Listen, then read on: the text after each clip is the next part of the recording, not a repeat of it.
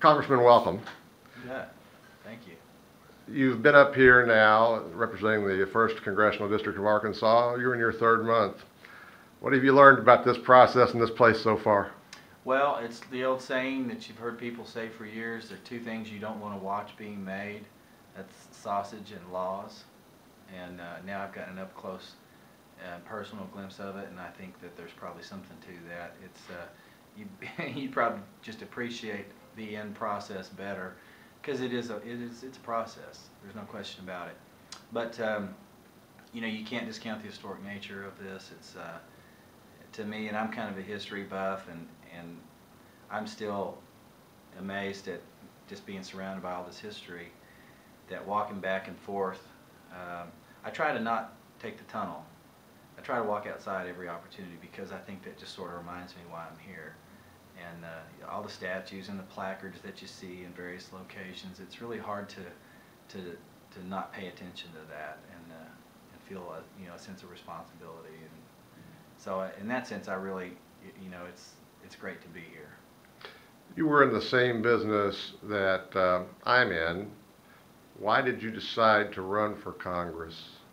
Well, as you know, in the 1st District of Arkansas, it's agriculture, and I just, saw our country going in a direction I didn't want to go in, and I thought, agriculture has been somewhat of a stabilizing influence in the economy over the years. I mean, when the general economy is slumping, sometimes the ag economy is in great shape, and that's kind of the way it is right now. I mean, the ag economy overall is not nearly as distressed as the general economy, but it just, from a broader sense, I just felt compelled to not just help farmers, but try to do something to help not only our district but our state and our country, and I just felt like I was in a good position to do it.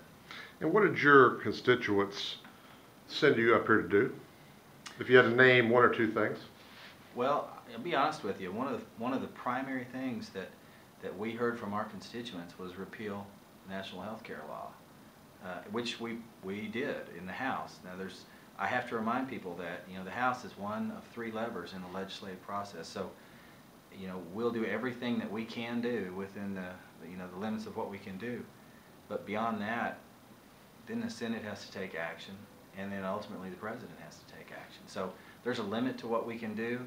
Certainly act on good faith and do what people sent us up here to do, and hopefully they'll see that for what it is that we're acting on their instructions.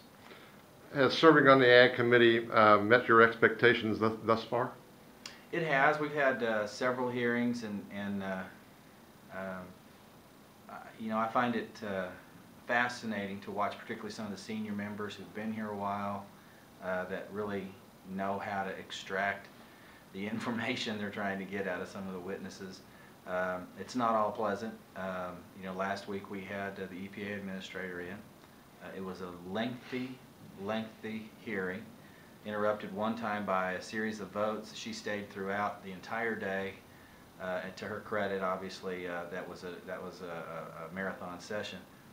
But ultimately, what that was an equal opportunity bashing. It was not it was a bipartisan. I think without exception, everybody was concerned about the overreach of the EPA, and ultimately that was the basis from which they worked to question the administrator. So that was quite an experience. Tell me something about Representative Rick Crawford that we don't know. For instance, someone approaches you for the first time. What about you is there we don't know? I was pretty straight up with my bio in the campaign. A lot of people don't know that I'm a former rodeo cowboy, and I wasn't any good at it, so I became a rodeo announcer. And that really kind of opened the doors to broadcasting for me, because that was, as a rodeo announcer, I got to work into television, and that I became a farm broadcaster as a result of that. A lot of people don't know the path that I took to become a farm broadcaster, and that's really where it started, was the rodeo business. But at one time I was an aspiring musician, and was working for a rodeo company in Nashville, Tennessee, and spent some time over there, tried to get a record deal and failed at that. So you know, it's not being, being a failure isn't failing. It's, I guess, failing to try. I mean, so I always, just continue to try and move on to the next challenge. But don't be too hard on yourself there, Congressman. well, and one of the other things that generally attracts some attention when people find this out is I was a bomb disposal tech in the Army, and so when people hear that, they say, well, hey, you're in really good shape to go take on the challenges in Washington. But here you figuratively, you have to be careful what wires you cut. So some similarities there. Arkansas 1st District Congressman, Republican Rick Crawford. Congressman, thank you so much. My pleasure. Thank you.